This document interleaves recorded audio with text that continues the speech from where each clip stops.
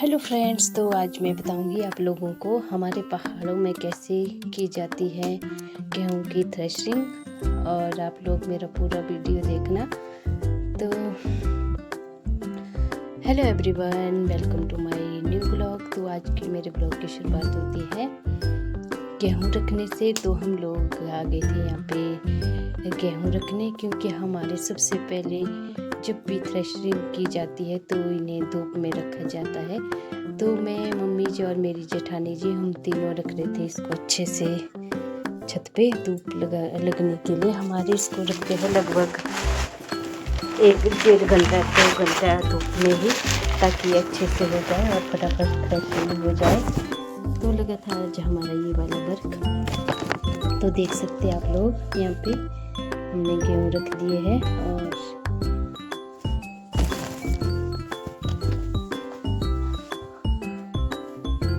तो ये देखिए, पूरी छत हमने दोनों भर दी है गेहूं से। तो उसके बाद हम लोगों ने नीचे भी रख दी थी, यहाँ देख सकते हैं आप सब जगह। और यहाँ पे हमारे चाची जी का घर, उनके घर में भी रखी थी हमने, और सड़क पे भी रख दी थी सूखने के लिए। तो उसके बाद आ गए थे हम घर, फिर खाना खा के हो जाना था फिर से थ्रेशरिंग करने। तो हो जाएंगे थे गेहूँ भी अच्छे से। तो उसके बाद खाना खा के फ्री होके हम लोग निकल पड़े थे फिर से अपने काम की तरफ। तो अब के बाद हमने करी थी थ्रेशरिंग। तो साथ में डाल दी थी मैंने पानी की बोतल भी।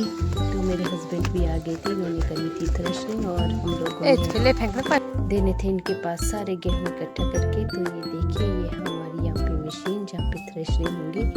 यहाँ से ये देख सकते हैं आप लोग, बहुत सारों लोगों ने रखे हैं यहाँ पे गेहूँ। तो मैं दिखाती हूँ आपको अपनी मशीन। यहाँ पे हमारी भी ये गाँव में और एक है। तो यहाँ देख सकते हैं आप, यहाँ पे 2-3 प्रकार की मशीन है। और ये है चरान करने की, लकड़ियों की। तो आप लोग भी कर सकते हैं, आ सकते हैं यहाँ पे अगर किसी ने करना है लकड़ी का काम। तो आइए आगे दिखाती मैं आप लोगों को और मशीन।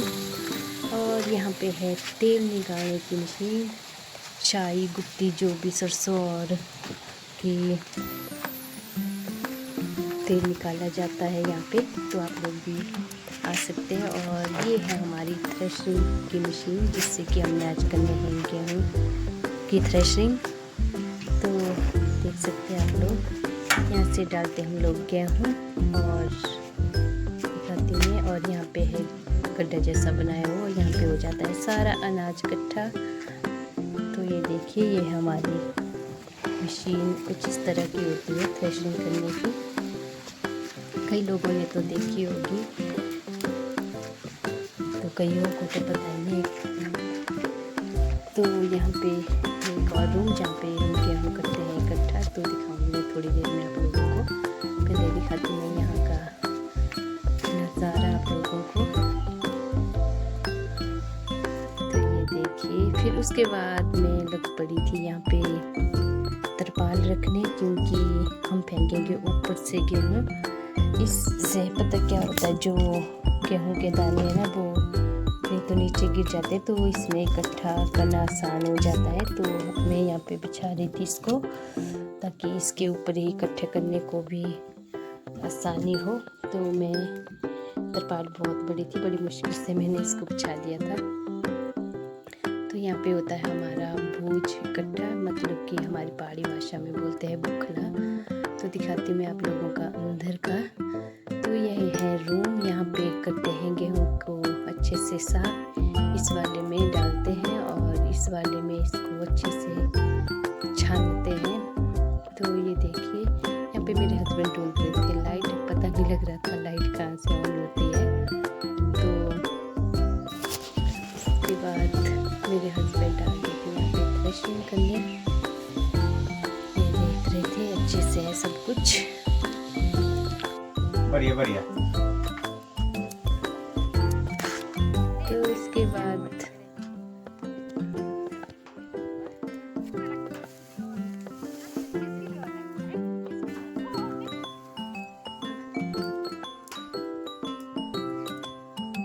हम लोग फेंक रहे थे गेहूँ को नीचे, क्योंकि अब इनकी थ्रेशरिंग होनी थी।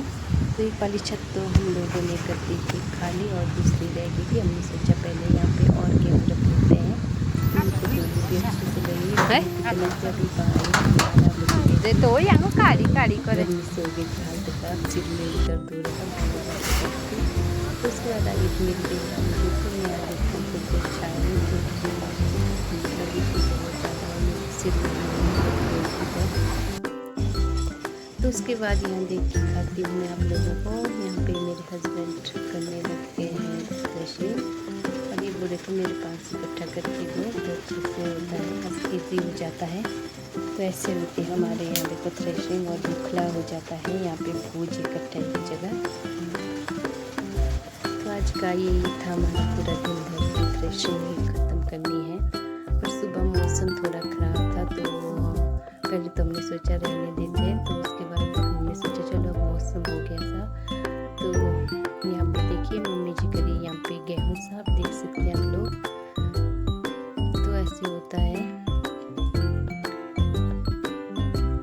ऐसे ऐसे होते हैं हमारी थ्रेशरिंग। देखोगे यहाँ पे गेहूँ साफ होंगे और बाहर पे होगी थ्रेशरिंग।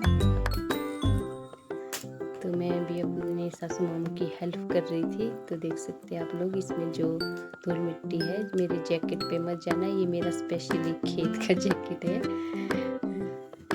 ये थोड़ा हल्का जैसा होता है तो मैं इसको ही पहनती हूँ जब भी मुझे खेत कहीं ऐसे वैसे काम पे जाना हो। तो यहाँ पे देख सकते हैं आप मम्मी जी कैसे अच्छे से कर रहे साहब। और इतने गेहूँ तो हमारे हो ही गए थे, अभी बाकी थे, अभी थ्रेशिंग करना बाकी था।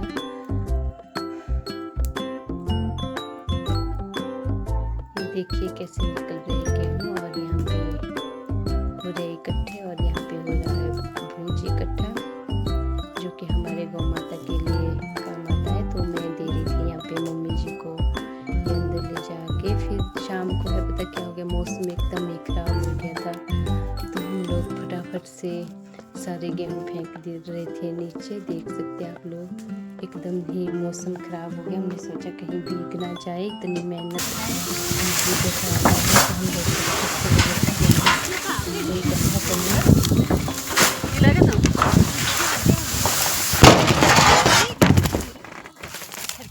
मेरी देवरानी भी देख सकते हैं हमारा काम। उसके बाद हम लोगों ने सारे गेहूँ फेंक दिए थे नीचे, और देखिए सारा काम हो गया। कुछ इस तरह से यहाँ से हम नीचे फेंकते हैं, बाहर जो बॉल है से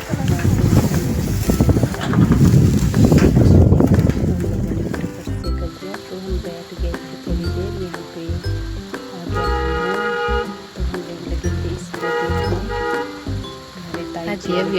देख सकते हैं आप, हल्का हल्का सा दिख रहा है।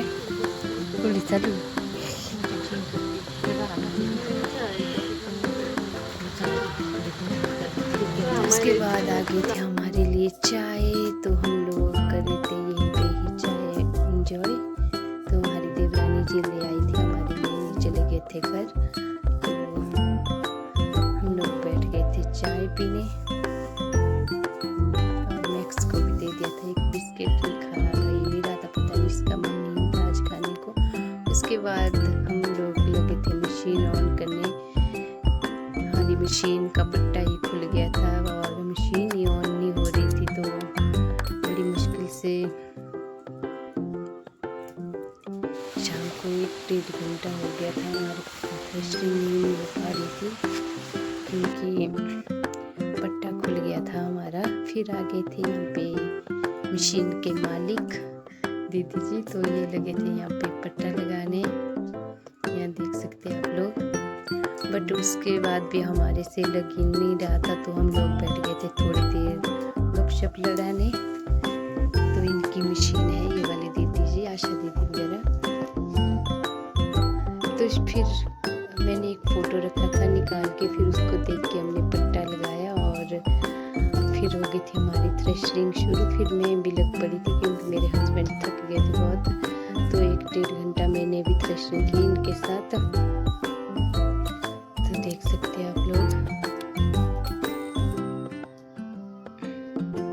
आज तो मशीन ने भी हमारा दिमाग ख़राब कर दिया था। कभी लाइट जा रही थी, कभी क्या हो रहा था, इस तरह से हम थोड़ा लेट हो गए, फिर मैं थक गई थी और मेरे हस्बैंड आ गए थे फिर से फैशन करने, क्योंकि मैंने कहा इनको आ जाओ मैं थक गई हूँ, क्योंकि खड़े खड़े थक जाते हैं, क्योंकि काम को यहाँ पे खड़े खड़े ही करना पड़ता है। तो फैशन करने के बाद मेरी शक्ल हो गई थी कुछ इस तरह से, हम देख सकते हैं आप लोग, पूरा मैंने वाइट हो गया था, क्योंकि ये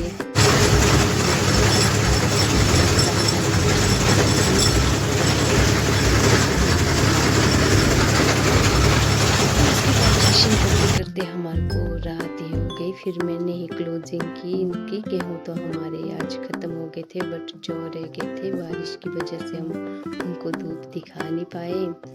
तो यहाँ देखिए, फिर मैं और मेरी दीदी जी हम दोनों दे रहे थे मम्मी जी को, क्योंकि 2-3 बज गए थे। मम्मी जी ने कहा ये रख देंगे हम साफ करके, तो सुबह के लिए ये काम नहीं होगा। फिर यहाँ पे मामा जी भी आ गए थे देखने, तो ये बता रहे थे कैसे कैसे लगाना है पट्टा, क्योंकि इनको नॉलेज है इसके बारे में, इनकी ही मशीन है। फिर इन्होंने रख दिया था ये पट्टा खोल के, बोला इसको खोल के ही रखना पड़ता है। तो हम लोग लगे थे गेहूँ इकट्ठा करने। यहाँ देखिए,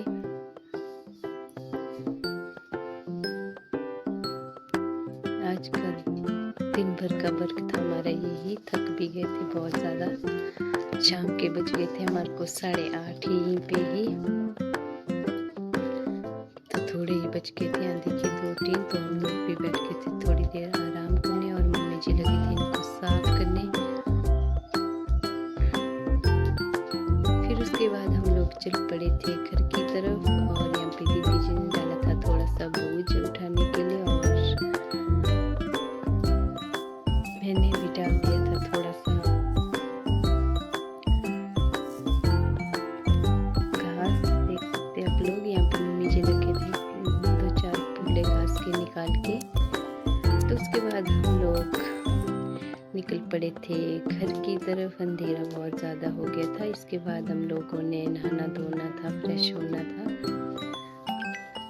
तो यहाँ पे देखिए हमारा डॉगी, ये तो हमारा पीछा ही नहीं छोड़ता है, जब भी हम कहीं भी जाए ना ये साथ ही रहता है। इसके बाद हम लोग पहुँच गए थे घर पे, तो इसके बाद अब नहाना धोना फ्रेश होना। तो आज की वीडियो में इतना ही। तो बताना आप लोग कैसे लगा मेरा ब्लॉग, और हम लोग कैसे फैशन करते हैं, आप लोग भी इसी तरह से करते हैं, तो कमेंट में ज़रूर